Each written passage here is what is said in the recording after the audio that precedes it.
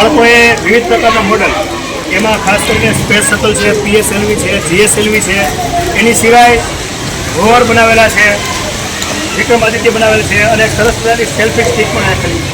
તો બાળકોએ અત્યારથી ભવિષ્યમાં ઇસરોમાં કામ કરવું હોય એવી ભાવના સાથે અને વૈજ્ઞાનિક અભિગમ એનામાં કેળવાય, અલગ અલગ વિજ્ઞાનના સિદ્ધાંતો સમજી શકે.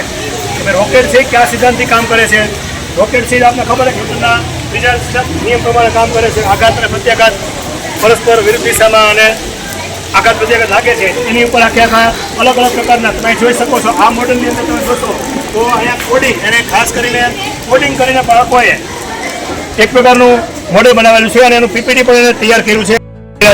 સૌર મંડળનું પણ મોડેલ તૈયાર કર્યું છે. આમાં બધામાં સર્કિટનો ઉપયોગ કરવામાં આવ્યો છે, કોડિંગનો ઉપયોગ કરવામાં આવ્યો છે, રોબોટિક્સની મદદથી બાળકોએ અલગ અલગ પ્રકારના મોડેલનું નિર્માણ કર્યું છે. એનું એક્ઝિબિશન છે. મોટાભાગના બાળકો આ જોઈ, નાના બાળકો પણ આ જોશે તો એને પણ એક સરસ મજાની પ્રેરણા મળશે કે આ એક્ઝિબિશન છે એમાંથી એને ઇસરો અને ચંદ્રયાન 3 ગગનયાન અને ભારતની આગામી જે યોજનાઓ છે એને સમજવા માટે સરસ મજાનું આયોજન બાળકો દ્વારા કરવામાં આવ્યું છે. તો આપણે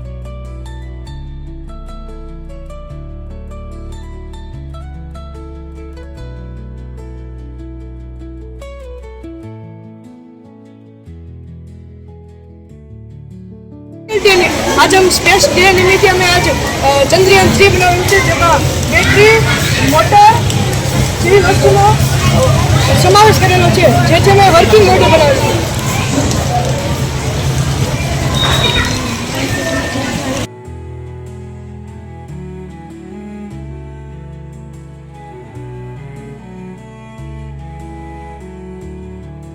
અમે રોકેટ બનાવ્યું છે, જેમાં અમે રડાર સિસ્ટમ યુઝ કરે છે, જેમાં અમે આર્ડિનો યુનો, યુવી સેન્સર અને સર્વો મોટરનો ઉપયોગ કરેલ છે.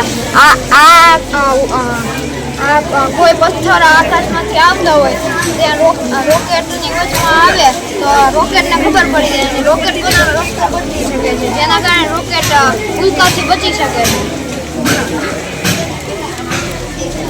એમાં અમે બેટરી, હીટ, દૂધ અને લેમડીનો સમાવેશ કરેલો છે. ચંદ્રયાન 3 છે અને આપણે બનાવવામાં બે ઇન્જેક્શનનો સમાવેશ થયેલો છે. આપણે આને લોન્ચ કરી જોઈએ.